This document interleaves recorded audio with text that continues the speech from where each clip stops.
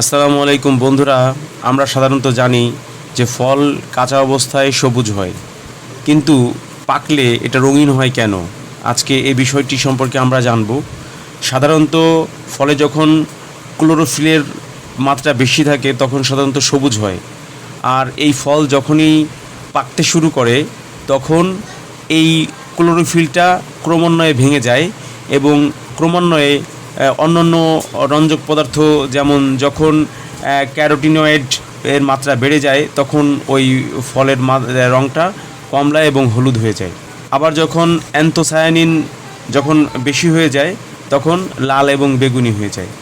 সাধারণত ক্লোরোফিলের মাত্রা যখনই কমতে শুরু করে এবং এ ধরনের রঞ্জক পদার্থ, যেমন আবারও বলি, ক্যারোটিনয়েড যদি বেড়ে যায় তাহলে কমলা বা হলুদ রং হয়ে যায়, আর যদি অ্যান্থোসায়ানিন এর মাত্রা বেড়ে যায় তখন লাল এবং বেগুনি রঙের হয়ে যায়।